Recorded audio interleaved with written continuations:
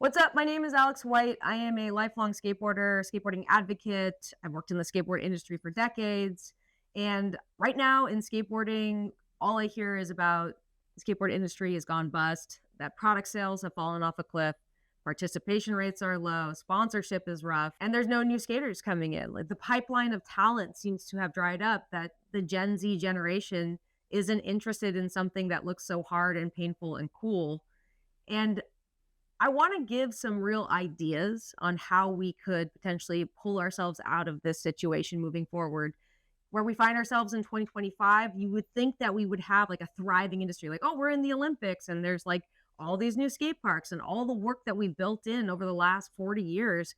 We should be seeing this really thriving ecosystem, and we're not.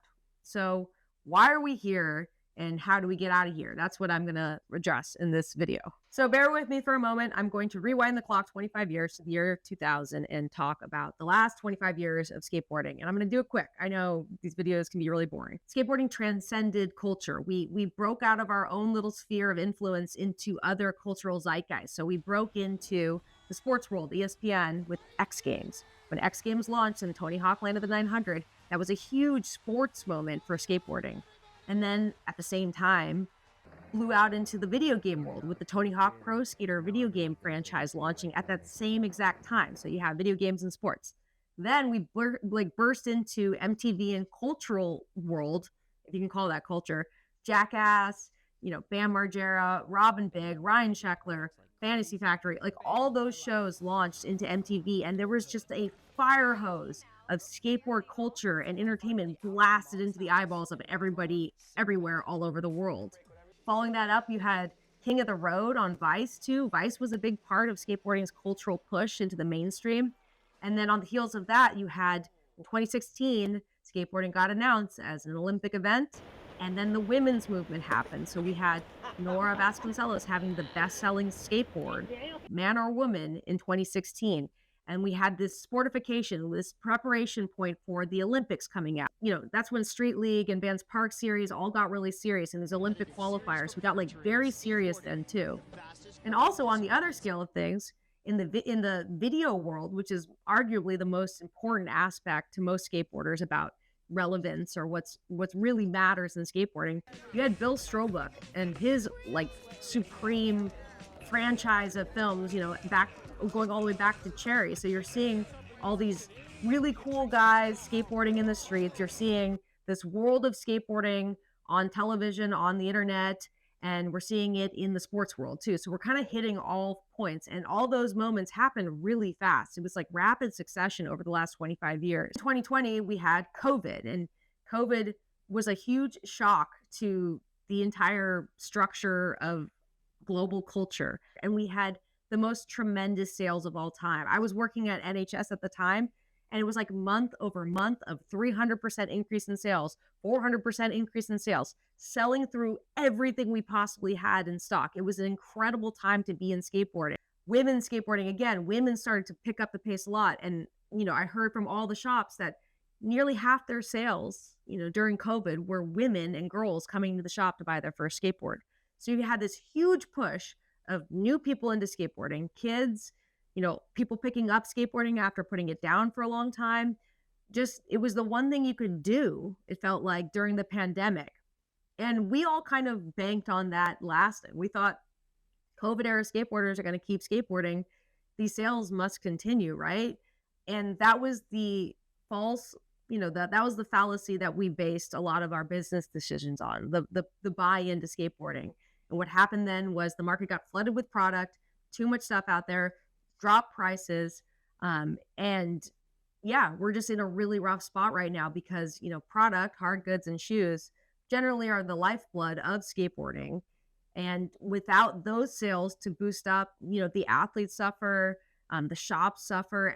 Everybody has been in this like pattern of suffering for the last 3 years post-COVID. So I'm going to present some ideas that I've been thinking about and have been talking with a lot of people. I can't say that they're all my original ideas. I feel like this is like a group think from some of the smartest minds that I know in skateboarding. So my first idea, maybe the least controversial of them, is the AYSO model. And if you grew up in California or most of the United States, playing soccer as a kid, you played AYSO, American Youth Soccer Organization. Basically, in the 60s, there were a bunch of German dudes that came to Torrance, California, and were like, we love soccer, but there's no soccer in the United States. Let's build soccer. So they worked with rec departments and after schools, and they basically created these leagues of soccer. And they arguably from the 60s on have created what is now American soccer, and American soccer is thriving. And that's a lot of what we do with Skate Like a Girl. Skate After School does that as well. Skatistan does that globally. But those nonprofits, those grassroots organizations really do hold up a lot of the burden and the pleasure of creating the next generation of skateboarders. So I guess my number one thing would be, we got to get all the nonprofits on the same page, and we have to get them working and communicating together to create the most opportunity to get the most numbers of kids on a skateboard, even if they just try it out once. And I feel like if we could start a better dialogue amongst the nonprofits and kind of push out into these community spaces and proof of concept across the United States, use these parks that these cities have built now, we could get way more numbers of people on skateboards. And even if they only do it for a couple of years, that's great. That's more skateboarders. That's more people who have some touch points with skateboarding. My number two solution to the issue is to address the shops. The local brick and mortar skate shops are the backbone of a lot of skate scenes. Without them, a lot of people would have never gotten into skateboarding. They're the first line of entry for so many people, and they actually hold the thread of the community together so importantly that the sales of a shop are almost an afterthought to how important it is to have a physical brick and mortar meeting place to do something like a video premiere, a meetup, a fundraiser. All these things are so important to us. So we have to start thinking about skate shops differently.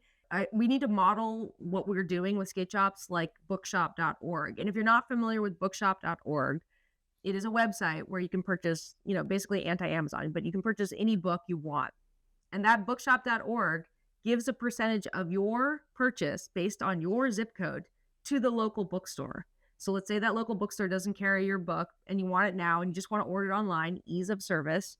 They'll order it, get it to your house, and that bookshop sets up a dashboard and they can collect payments. They collect small fees, but they've raised millions of dollars to keep small bookshops in business. Prade tried to do this model a few years ago, but I feel like this is the perfect timing to reintroduce a bookshop.org model into skateshop.org. Okay, this is my most controversial one. And as a kid that used to get free boards, I'm going to hate my 40-year-old self saying this, but stop the ecosystem of free shit. We give away way too much stuff.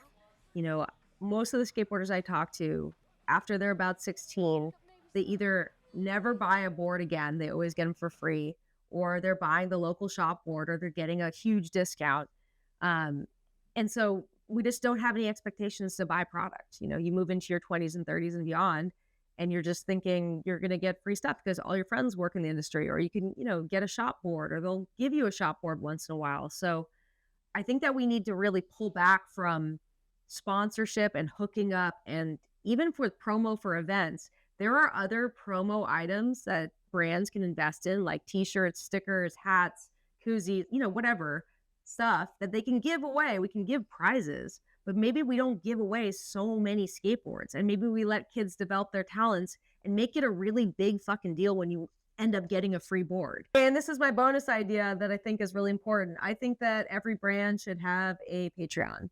I think that we should support brands like Sci-Fi just came out with this incredible video, and they're banking on you guys out there to buy boards and hats and shirts to support them, which is crazy because how much money and blood and sweat and tears they poured into that video is going to be recouped in t-shirt sales? I doubt it.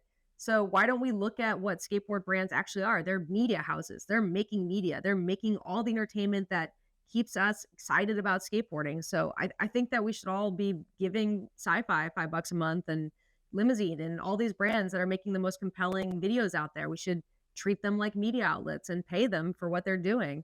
I mean, I'm down, but Jerry hasn't set up a Patreon yet. So So just again to summarize my ideas for helping fix the industry. Number one, AYSO model, getting all the nonprofits on the same page and working together to push into recreation departments, push into after school programming harder, and get more kids on a board at least once in their life at the best age, around 12 years old, I think.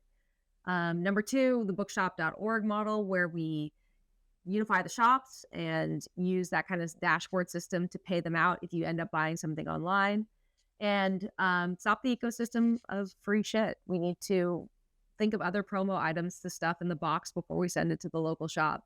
And the last one is to support brands directly by having them set up Patreons and having us give them money for all the amazing content that they produce that inspires us.